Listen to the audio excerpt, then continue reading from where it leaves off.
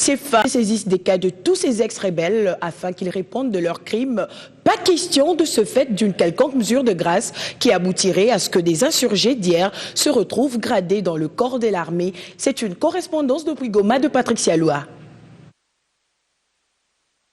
Ces femmes l'ont exprimé ce samedi à Goma à Madame Benita Diop, présidente de l'ONG internationale Femmes Africa Solidarité face en sigle, en séjour au Nord Kivu, tout en se surgeant contre l'intégration dans les FARDC de tous les capturés du M23 qui sont cantonnés à Kanyaruchinya, 10 km au nord de Goma. Madame Kibira Zaitouni est l'une d'entre ces femmes. Il y a des militants du M23 qui sont formés ici à Kanyaruchinya. Ça c'est une bombe atomique qu'on nous met encore dans la ville de Goma. Ces gens-là ne connaissent même pas parler le Swahili. Ils sont 300. Pourquoi l'ONU ne peut pas le renvoyer, aller être formé chez eux? Et je ne sais pas comment notre pays accepte aussi de former ces gens-là encore ici. Les gens qui ont commis tant d'atrocités ici dans notre pays.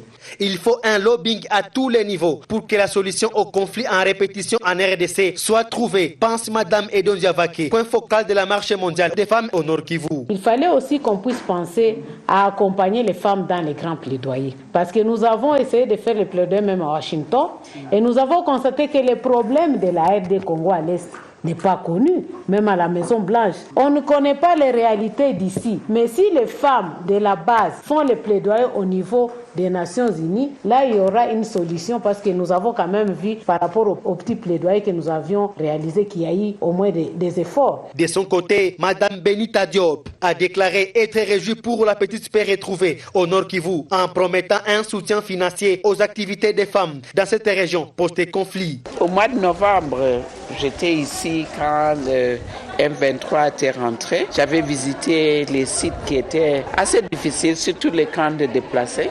Mais aujourd'hui, je vois que les femmes circulent. Il y a une sécurité. Nous allons lancer en janvier à Addis Abeba un fonds pour les femmes que nous pensons pourront aider réellement à reconstruire par rapport aux activités génératrices de revenus des femmes de la base. Troisième province, le Kasaï occidental, où les membres du gouvernement provincial sont à l'école de la bonne gouvernance en vue de s'armer des nouveaux outils sur l'élaboration budgétaire et les plans de trésorerie. Le gouverneur Alex Kandié-Moupompa les appelle à devenir davantage compétitifs. Reportage du gouvernorat du Kasaï occidental. Les ministres provinciaux du Kasaï occidental, le gouverneur de province et son vice sont ici à l'école d'apprentissage de la gestion des finances publiques.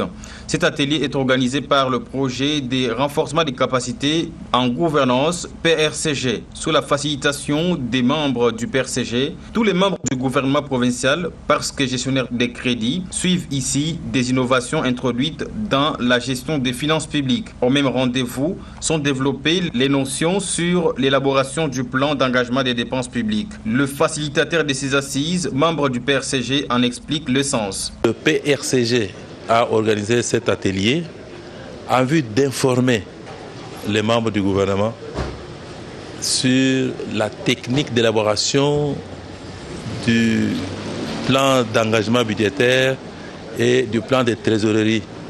Parce que ce sont deux outils de gestion qui sont légaux, qui sont prévus par la loi relative aux finances publiques.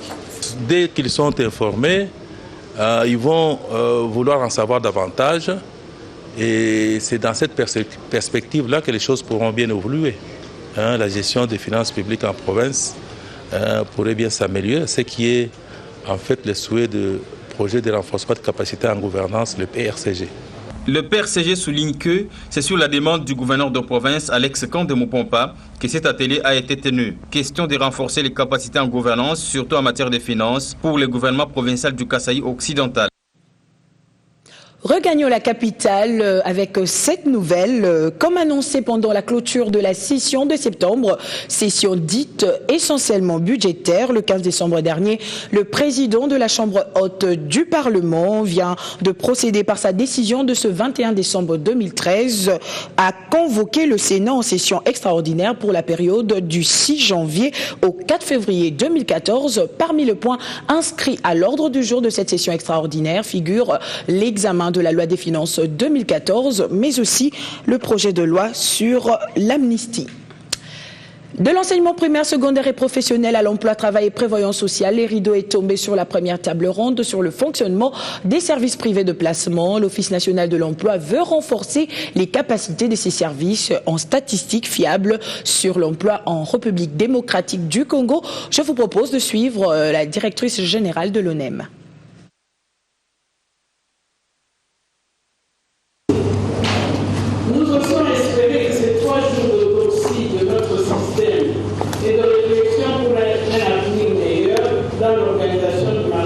Dans notre pays, nous auront permis de nous auto-évaluer.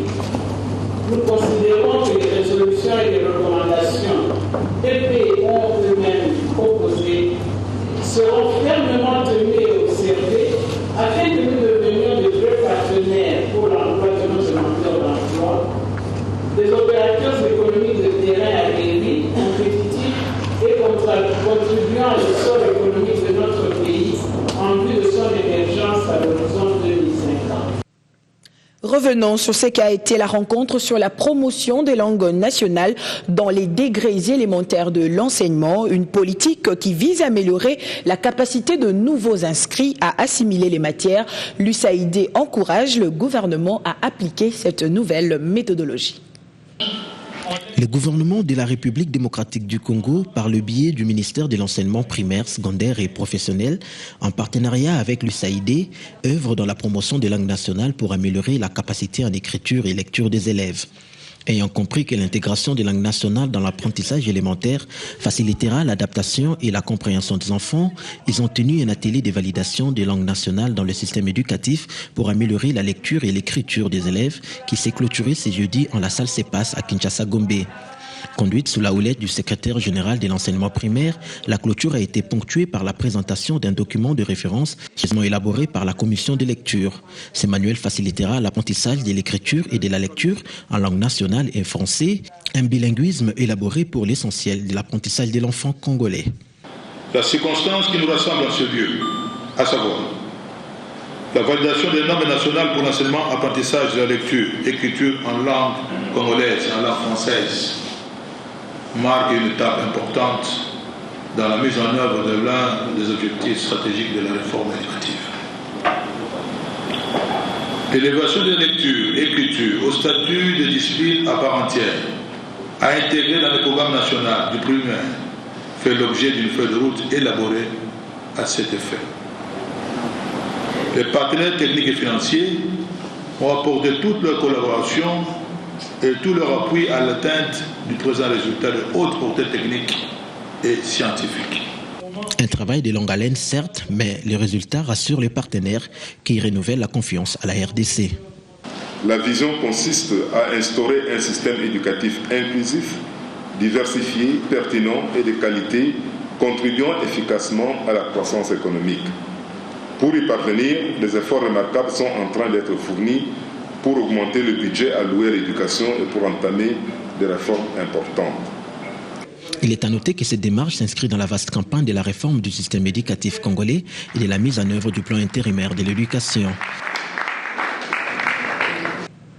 Dans les secteurs des infrastructures routières, certains chantiers phares de la capitale comme Lumumba, Njoku, Bypass et Upen connaissent des avancées significatives. Et pour s'en assurer, le ministre des tutelles, Fridolin Kassoshi-Musoka, en a effectué la ronde ce week-end. Il a par ailleurs assisté à la pose de la coulée de béton sur les travées du pont Matete. Les voies du pont Matete seront opérationnelles sous peu. L'après-midi de ce samedi 21 décembre, Fridolin Kassoshi, ministre en charge des travaux publics, a assisté à la coulée de béton sur les travées déjà posées. Nouvelle étape très délicate dans l'élargissement de ce pont à Ouivoin. Médari Lunga coordonne cette action. Nous sommes en train de terminer le tablier. C'est donc une des étapes les plus délicates qui restait sur le pont. Et nous pensons que la prochaine étape, ça va être maintenant la pose de la dalle de transition. Et ça sera maintenant de manière à canaliser le trafic sous la partie du pont. Et de la même façon, sur le pont Banonou, nous sommes en train d'avancer avec la chaussée. Nous sommes encore en train de terminer la petite fondation, je veux dire. Et nous pensons que si le temps reste clément, en tout cas dans 4 jours, nous aurons terminé la demi-moitié de pont Banounou à Échangeur. Autre chantier qui surprend par son avancement, l'avenue des poids lourds dans son tronçon, chantier naval gare centrale. Le pont Bichakou-Tchakou fini, l'élargissement à 4 voies de cette route est à l'étape de la couche de base. Seul obstacle restant, un hangar de la SCTP qui requiert une grande expertise pour sa démolition. L'avenue Njoku dans la commune de Kimbanseke qui mène à la résidence du patriarche Gizenga va se modernisant. À ce jour, plus de 1000 mètres de drains sont déjà construits. Le rechargement est pour très bientôt.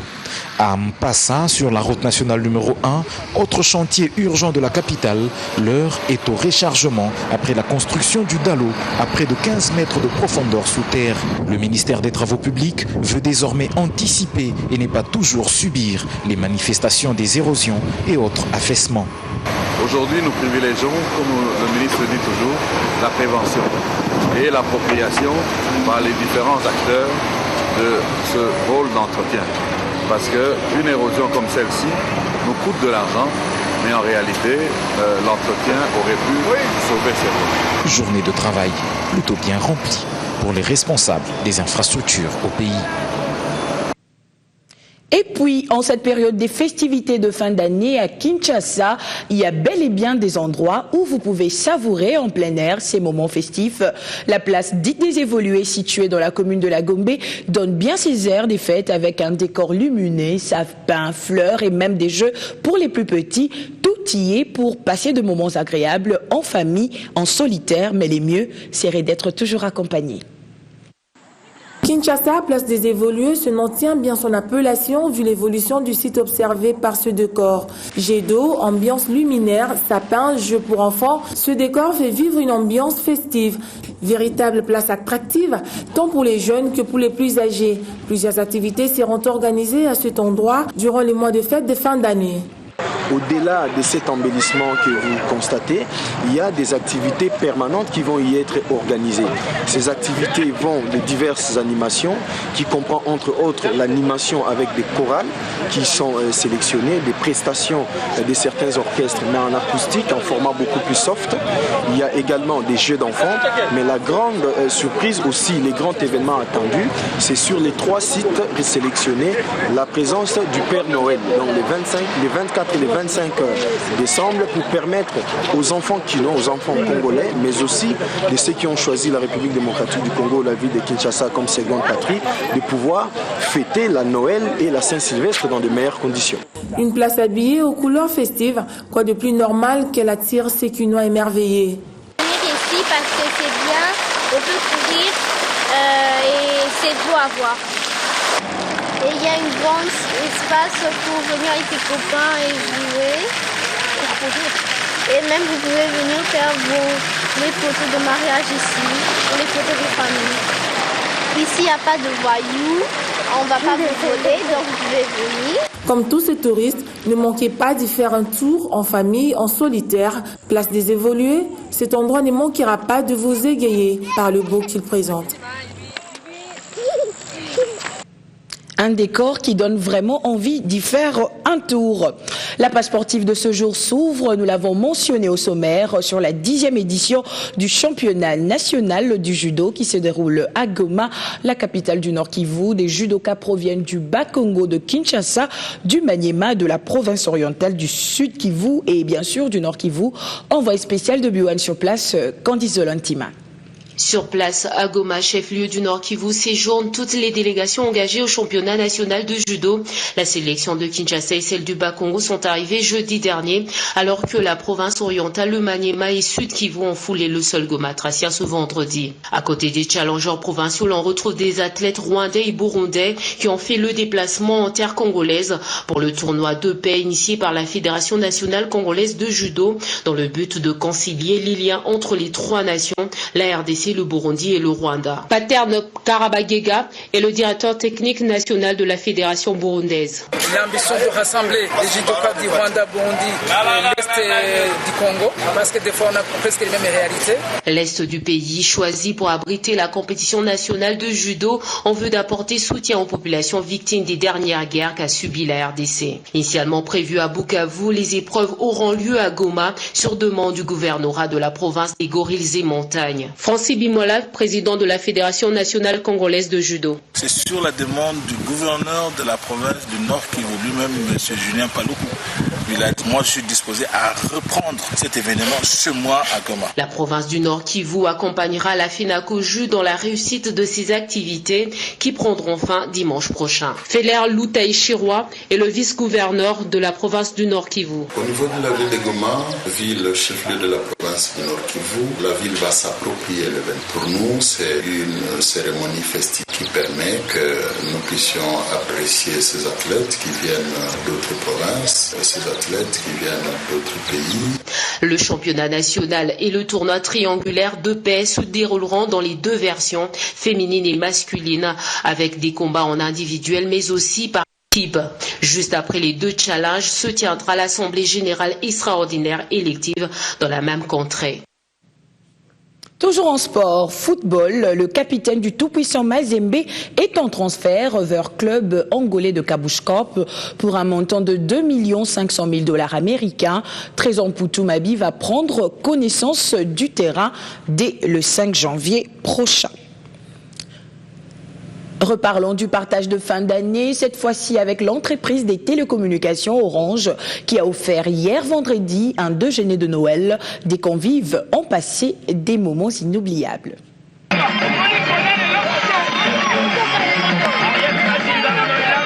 L'élan de solidarité en cette fin d'année touche les plus vulnérables et les orphelins. La société de télécommunications Orange a tenu par ce faire à fêter avec eux afin de leur redonner de l'espoir. Elle a tenu ce vendredi au Centre Congo Loisirs une journée de partage avec les orphelins et les enfants défavorisés. Un geste qui ne laisse indifférent. Nous sommes là aujourd'hui, c'est parce que les fêtes de fin d'année ont été chez nous placées sous le thème du partage par notre DG, M. Boncher Jean-Léon. Et donc aujourd'hui, on a organisé un repas de Noël avec les enfants orphelins pour leur offrir un Noël différent de ceux qu'ils ont l'habitude d'avoir. Leur offrir un repas copieux, leur offrir des jeux, une ambiance assez amicale et dans un cadre de partage. Et à la fin de la cérémonie, nous leur remettrons des cadeaux pour que cet événement et cette journée soient mémorables et qu'elles restent gravées dans notre esprit. Les orphelins émus par cette générosité se sont exprimés en ce terme. C'est un sentiment de joie parce qu'on était à la maison. On sait déjà comment on va passer le fête de fin d'année. Et subitement, il y a l'invitation d'Orange qui arrive, que vous êtes invités à aller fêter avec d'autres orphelinats, nous réjouir. Ça nous a vraiment fait du bien et j'en suis reconnaissant. Environ 200 enfants ont bénéficié du repas et des cadeaux d'un Père Noël spécialement appelé par la société Orange.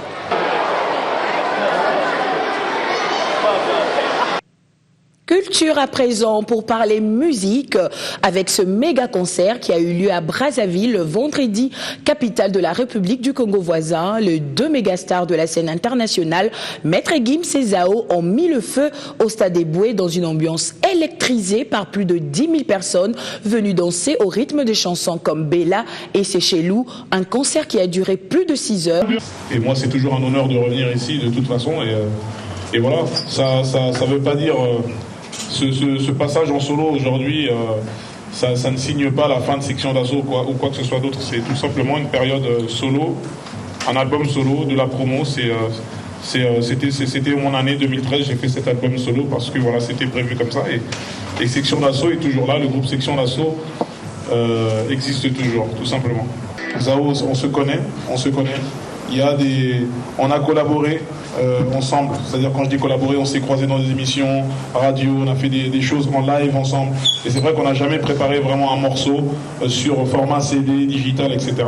C'est un projet qu'on aimerait bien entreprendre, et tout simplement, c'est-à-dire que voilà, on n'a pas forcément prévu ça pour ce soir à Kin, ni à Brazza, mais voilà, après il y a toujours la magie du feeling, de l'ambiance, tout peut se passer dans ces moments-là. Il y a qu'à voir mon état. J'ai mouillé le maillot, je suis en sueur. Ça veut dire qu'on m'a donné beaucoup d'amour, beaucoup de... voilà, c'était chaud et c'est pour ça que je me suis donné. J'ai pas vu le temps passer. Et un contre récidivé à Kinshasa. Je défie Kinshasa de battre le record de Brazza et de me faire suer encore plus. Donc Kinshasa, il n'en tient qu'à vous. Le show, c'est vous, c'est pas moi. Moi, je suis là pour vous, je suis à votre service. On va s'amuser, on va passer du bon temps et on se voit très bientôt et je vous donnerai le bilan demain. Zao et Maître Gims vous donnent donc rendez-vous au Char Club de Kinshasa dans la commune de la Gombe pour un concert à tous leurs fans de Kinshasa. Et comme dans ses habitudes, à l'occasion des festivités des fins d'année, la chorale Monseigneur Luc Gillon a livré un concert hier vendredi en la paroisse Notre-Dame de la Sagesse de l'Université de Kinshasa. Cela pour rendre gloire à Dieu durant toute l'année 2013 et pour la paix retrouvée dans notre pays. On était motivés. Quand bien même avec, il y a eu beaucoup de sacrifices, mais comme on aime notre chorale, on aime offrir à Dieu ce qui est meilleur, ce qui est de bon. Voilà pourquoi nous sommes dans la joie de cette réussite. Énorme, c'était énorme, je ne sais même pas quoi dire. La chorale a été... Non, je ne sais pas. En tout cas, moi je souhaite encore plus encore de concerts du genre pour nous donner encore l'envie de rester, de regarder, de re-regarder. Parce que moi, je ne sais pas si ça se retrouve chez nous, ici, dans notre paroisse, c'est que c'est une chance d'avoir la chorale Luc Gillon ici. Na sepeli makasi ezali réussite totale. Na yoga kamelelo, na surtout ki na moni ke oui, likambo ezali awa.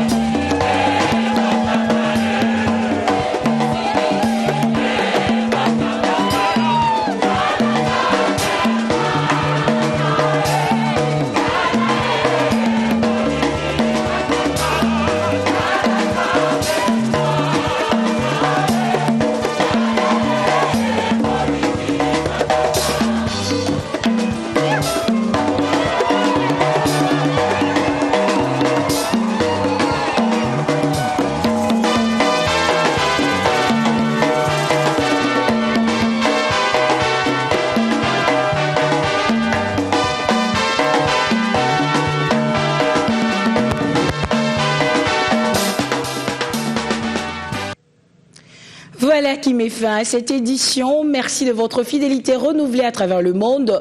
Excellente suite des programmes sur votre chaîne B1. À demain pour la rétrospective de la semaine. Bon week-end.